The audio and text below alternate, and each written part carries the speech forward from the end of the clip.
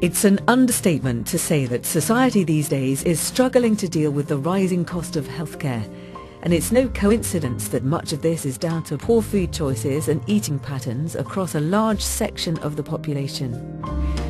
However, one of the biggest challenges we face is how to change eating and behaviour patterns in such a way that they are changed for good, so that they produce better health overall in any individual, and so that new habits are created that don't go back to the old patterns. The fundamental problem here is that we are genetically hardwired to maximise food intake, to fill our bodies with as much as we can. But in a world of abundant food supply, we need to consciously adjust our intake according to our real needs. Though this is harder than we can imagine, because there are hundreds of factors which confuse the psychology of the way we eat. Food4Me, a European Framework 7 project, has explored whether the idea of personalised nutrition could help solve this increasingly concerning problem. So the project has considered what could both help and hinder from a scientific, technological, consumer, behavioural and business perspective for personalised nutrition. So, what exactly is personalised nutrition? Personalised nutrition is an approach that not only makes these dietary suggestions more effective, but also more useful and more relevant to the daily life of any individual. Food4Me identify the need for combining the following three approaches.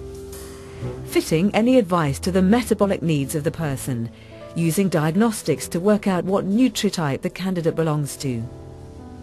Putting advice together that combines any recommendations with the individual's personal likes and dislikes in terms of food choice, eating patterns, physical activity, and general lifestyle. This should also include any suggestions to improve lifestyle as well. And then giving the advice in such a way that it fits with the individual's own personal circumstances. In other words, effectively coaching an individual through the change using suitable tools that fit each particular situation. Thus, the essence of personalised nutrition is not to change the nutritional guidelines or to personalise food products or turn food into medicine, but to assist individuals in achieving lasting dietary behaviour change that is beneficial for health. It can be beneficial to everyone, whether already diagnosed to be at risk or perfectly healthy. It is an approach that helps everyone to reach the health condition that is individually aspired to. An intervention study with over 1,600 volunteers carried out as part of Food4Me showed this principle to be feasible and effective. The mere fact that an individual receives dietary recommendations on a personal basis is enough to positively affect dietary behaviour. But the effectiveness is higher if the advice can be more personalised by adding information of individual dietary behaviour. The study also showed that it's even feasible to achieve this through an entirely internet-based interface.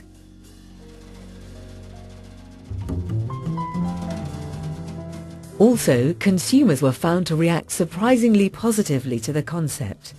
The perceived health benefits and the self-efficacy in managing it are seen to significantly outweigh perceived risks.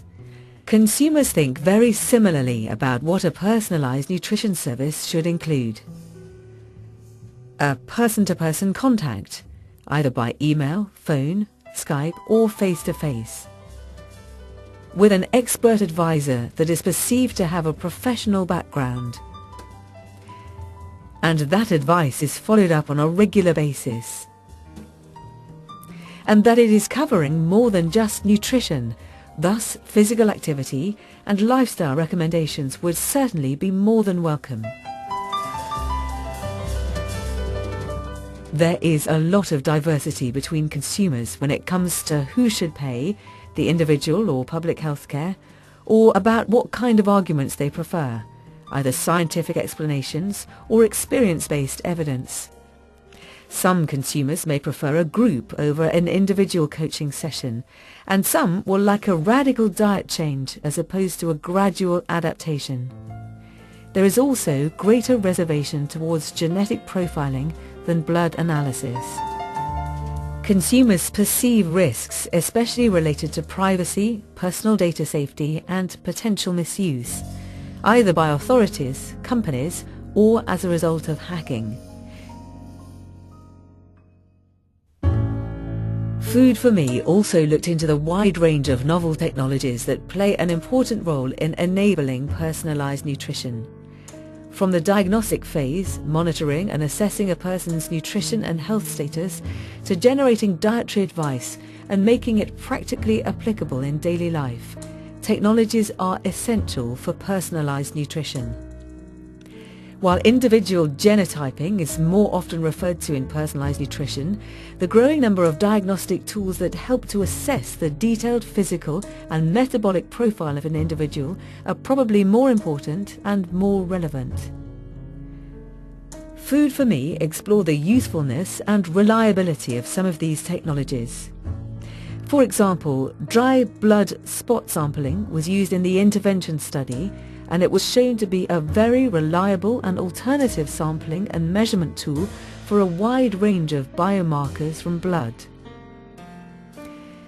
And moreover, with proper video instructions, consumers were perfectly capable of taking their own blood samples, thus avoiding a visit to a doctor. Self-measurement is going to be important in personalized nutrition, as most people want to be more independent and in control. Food4Me has shown that self-measurement of body parameters, physical activity and dietary intake is perfectly feasible. For example, through online food frequency questionnaires or wearable physical activity monitors. But novel technologies for wearable and online monitoring devices are emerging every day, and will, in the end, allow us to measure a wide range of physical parameters, from glucose to vitamin status, and from blood pressure to sleep quality.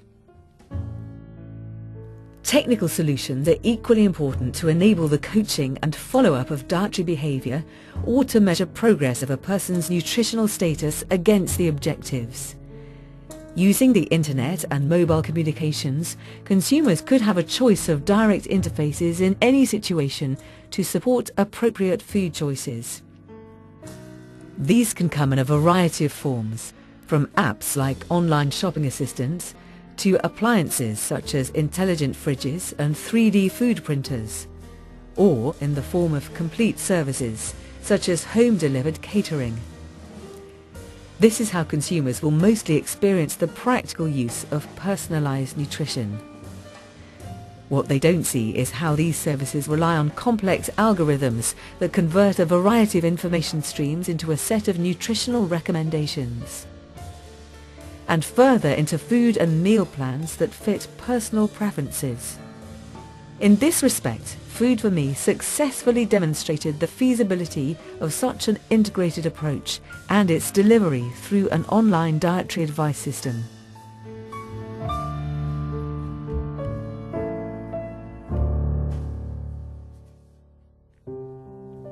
However, a lot more will be needed before personalized nutrition can benefit society at large. While the volunteers in Food4Me demonstrated the concept is useful for everyone, it will be a formidable challenge to introduce the concept to those who are most in need of a better diet, and which are often least interested in changing dietary behaviour.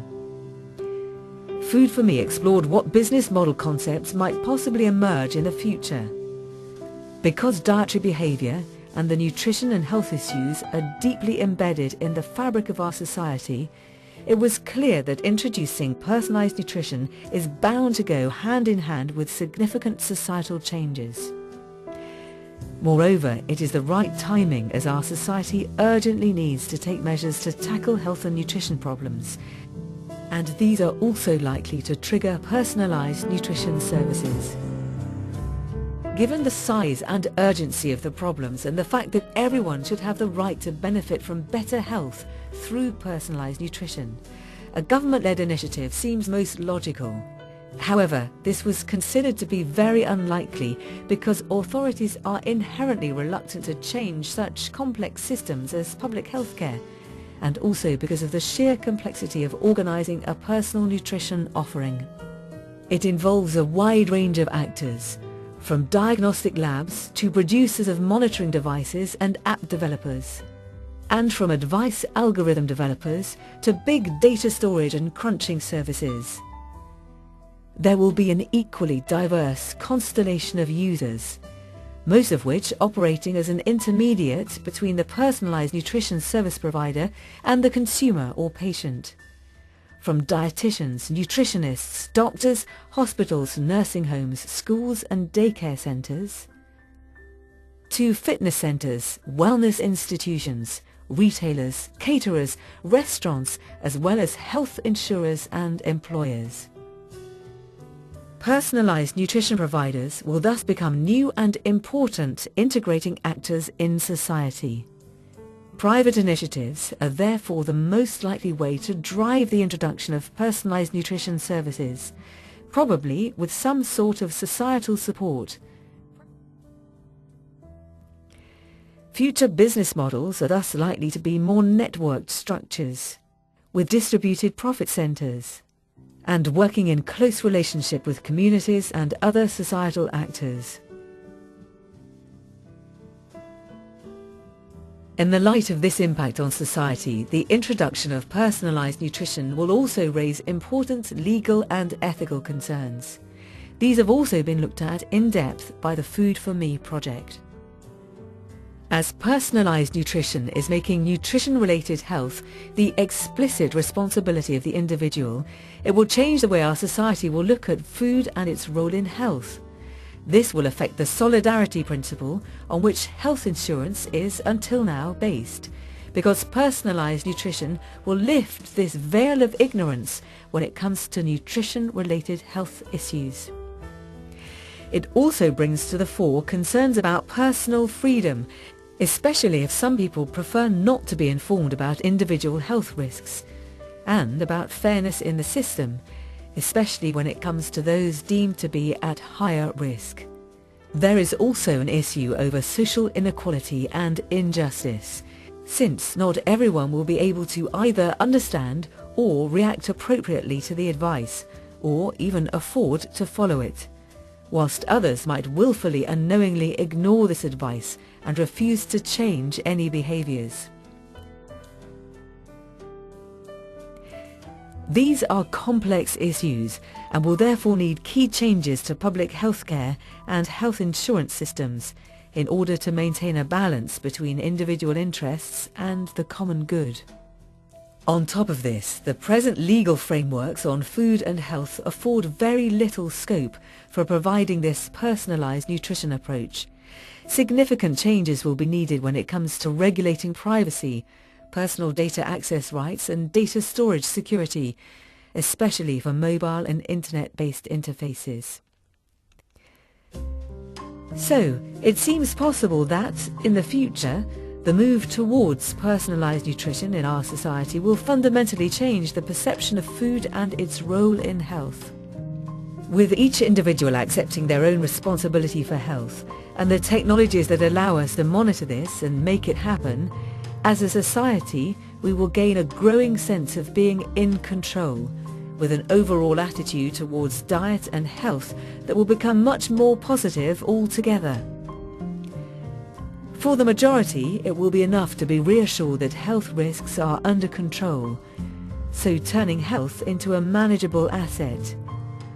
But for a growing percentage of the population, they will see personalised nutrition as the perfect opportunity to realise this optimal health. So shifting the actual concept of health from achieving the basic vital goals to attaining a much higher level of knowledge, understanding and self-awareness. In the end, personalised nutrition could really enhance self-realisation.